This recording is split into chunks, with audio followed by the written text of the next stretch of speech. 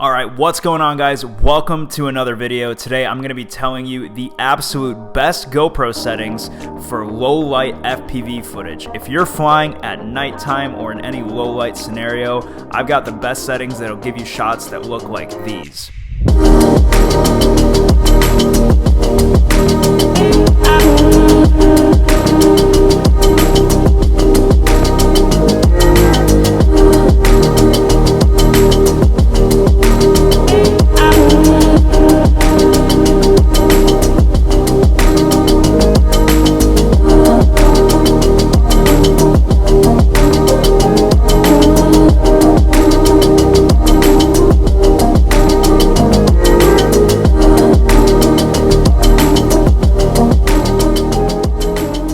So if that's the footage that you're after, here is all you got to do with your GoPro. Now, the convenient thing about getting cinematic footage when you're shooting at night or in low light with these GoPros is that you don't have to use an ND filter on your lens. If you want to get cinematic FPV footage in daylight, you do need to use an ND filter on your lens. I'm going to be making a video about that pretty soon and talking about how they work and when to use them and how to use them. The convenient thing is all you need is just your regular GoPro. In this case, this is the Hero 11 Black. I've been testing it. I absolutely love this thing. The low light is pretty great. As you saw in those clips before, you're just going to want to use the Pro Tune settings that are in the camera. So in this case, actually, I'll get my phone out, connect it to the app, and I'll walk you through a screen recording live of how I tune my low light GoPro settings. Hi, Dennis from the future. I realize that a lot of you probably just want the settings I use without me explaining everything, so here they are on the screen right now. These are the settings that you gotta do if you want to get the low light that I got from these clips I just showed you. You just gotta access it through Pro Tune in the GoPro Quick app or on the back screen of your GoPro and set it up and try it out. If you want to hear me explain why I use each setting, stick around for the rest of the video. Thank you. Okay, so you're going to want to open up your GoPro Quick app on your iPhone or Android, and then you're going to want to turn on your GoPro. Just hold down that power button, get it turned on so you can change the settings. So you can park your GoPro wherever you want, and then you'll see on your app, just on the big screen now, that it's connecting. And I have a firmware update here. I'm not going to do that right now, but I should probably do that once I'm done with the video. And once you're connected, you'll get all of these cool buttons. What we're going to want to do is click on the area that says standard at the bottom there. So once you click on standard, it'll give you a couple of video modes that you have the option to adjust. You can actually change any of these 5 here. It doesn't matter that it's called standard or full frame or activity or cinematic. You can click on that pencil icon next to any of them and it will let you adjust it. So in this case, I'm going to go back to standard and I'm going to click on the pencil icon and get the adjustments there. Now in this new GoPro Quick app and with the Hero 11, you got to make sure that you click on that icon at the very top right of the screen, and you got to make sure you're in Pro mode. Now, not every GoPro will show this, but it's really important because they've added in a easy mode. And if you're trying to get cinematic shots, do not use easy mode. Easy mode is for people who just want to run and gun and don't really care about getting the perfect exposure. So first thing you want to do is go to Pro mode. This is going to unlock all the presets and give you full control of all the modes and settings. So once you go into Pro mode, first thing you're going to want to do is select your resolution. Now, cinematic FPV footage, in my eyes, is always going to be ran through either Gyroflow or Reelsteady or some sort of post-processing stabilization software. I always use either Gyroflow or Reelsteady. Different applications, I'll use the program that I think looks better. If you're filming with the intention to use Reelsteady or Gyroflow, you're always going to want to shoot in either 4x3, or if you have the Hero 11, you could do 8x7. But if you have like a Hero 9 or a 10, 8, whatever it is, your best options will be 4x3 video modes for the resolution. In this case, I got the 5.3K 8x7. That's going to give me the absolute largest field of view, and it's going to utilize the entire sensor that the camera has to offer. This is really crucial because when you're in low light scenarios, you want to capture as much light as you can by using the entire sensor. So 8x7, if you have a GoPro 11, if you've got a Hero 9 or 10 or whatever, you could do 4x3. If your camera doesn't have 5.3K, I would do 4K 4x3. And if you don't have 4K 4x3, I'm gonna be honest with you, flying at night, your footage just isn't gonna look that good. The sensors for the 1080p cameras or the 2.7K cameras, they just can't keep up in low light. So I would only do this if you have like a Hero 8 or better.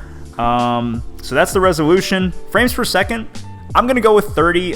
Some people argue that 24 is the true cinematic like frames per second. I'm not gonna get into the argument. I like to use 30 because I'm usually filming for YouTube videos, not for movies. If I have a client or a movie producer that asks me to shoot at 24, I'll do that for them. The lens profile, I think in this case, wide is the only option, but I'll set it to wide. You're gonna wanna make sure that hypersmooth is turned off because hypersmooth could get in the way of your stabilization when you're doing it in post. Now I know that the new Reelsteady software actually allows you to use Reelsteady on top of hypersmooth, and I've heard varying reports. Some people prefer to do it that way, some people say it makes it worse.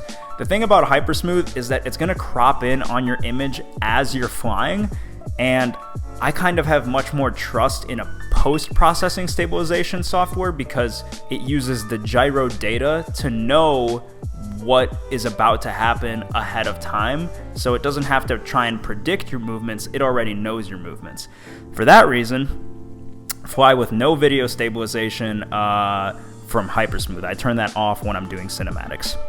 What do we got next? Duration, scheduled capture timer, you can look past that. Let's take a look at this section here that says Pro Tune. Pro Tune is where the money is made. In the Hero 11's case, you can access 10-bit color. I have that turned on because why not? 10-bit color is better than 8-bit color. It gives you more potential for color grading.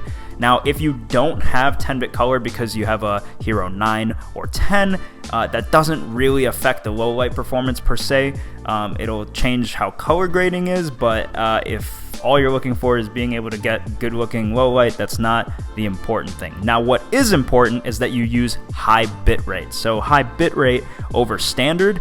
I think no matter what kind of footage you're filming, always set your bit rate to high. This is a crucial thing to make GoPro footage look a lot better than your standard run-of-the-mill action camera footage. Wow, I apologize for how long I am making this video, but let's get to the shutter speed. Now for your shutter, you're gonna wanna set it to 1/60th because we're shooting at 30 frames per second. If you were shooting at 24 frames per second, you would wanna set it to 1/48th. This is called the 180-degree rule. It's a very popular rule that's talked about in filmmaking and cinematics. Basically, just multiply whatever your frame rate is by 2, and then that's the shutter speed you're going for, 1 over that number. So if you're shooting 60 frames per second, set it to 1 over 120. But in this case, we're shooting 30 because we don't need the slow-mo. The lower the shutter speed, the better lighting we will get in this low light scenario. Now for this case, I set my ISO minimum to 100 and then I set my maximum to 800. This is the most important part I would say about low light because once you get past 800, if you set your ISO to 1600, you're gonna be dealing with a very visually noisy image. And I've ran it through denoising software. I don't think it looks good at all even after it's denoised. I think ISO 800 is the absolute max that I'm willing to go in low light night flight situation. You can be the judge of it. You could try 1600 for yourself, but I think if you're going for a true cinematic look, you don't want it to be too noisy. I think even at 800 it's pretty noisy, but 800 is the absolute maximum for your ISO. Do not let it go higher than that. Now the next one will probably get a couple people angry because I actually have my white balance set to auto. For true cinematic FPV, you would want to find the best white balance by testing it out and knowing the scenario and what kind of lighting you're working in. Are you shooting a warmer color like lamp at night, or are you shooting like really cold lamps at night? You can adjust that based on your scenario. For this video, we're gonna leave it in auto. In fact, for the clips I showed you before, it was left in auto. But if you're trying to get the absolute best white balance, you're gonna have to play around with it and set it and see what looks the best for you. Next up, we've got sharpness. We're gonna leave that at medium. I always leave it at medium. You can always sharpen up your files after the fact in your video editing software, so it's not necessary to do high. Then we've got the color profile. I do flat because you'll notice a massive difference in how much light and how much dynamic range your camera captures when you switch from normal or even the vibrant color profile to flat. Just do it when you're flying, or not when you're flying, but when you're going out to fly. Change it from normal to flat and just look at the preview difference. You'll see how much more light you can actually pick up when the GoPro is set to the flat color profile. And that's all. If you set your GoPro up with these low light settings, you're going to be getting some really, really good low light shots. But also you have to remember that at the end of the day, you got to have decent lighting where you're flying. If you pay attention to those clips that I showed you at the beginning, I'll run them again right now. We had very, very good lighting on these buildings, and I specifically chose to fly around areas that were incredibly well lit because I knew that it would pick it up pretty good. If I was flying in just complete darkness or very dim street lighting, you're not really gonna get a good image no matter what. So the GoPro can only be pushed so far. I would recommend choosing night flight locations that have very, very good lighting. But that's all for this video today. I really hope you guys enjoyed it. Try out these settings and let me know in the comments what you think. Give me your results. Even link a video if you filmed one with it. I'm curious to see how you guys enjoy it, but it works really well for me. That's all though. Hope you have a good one.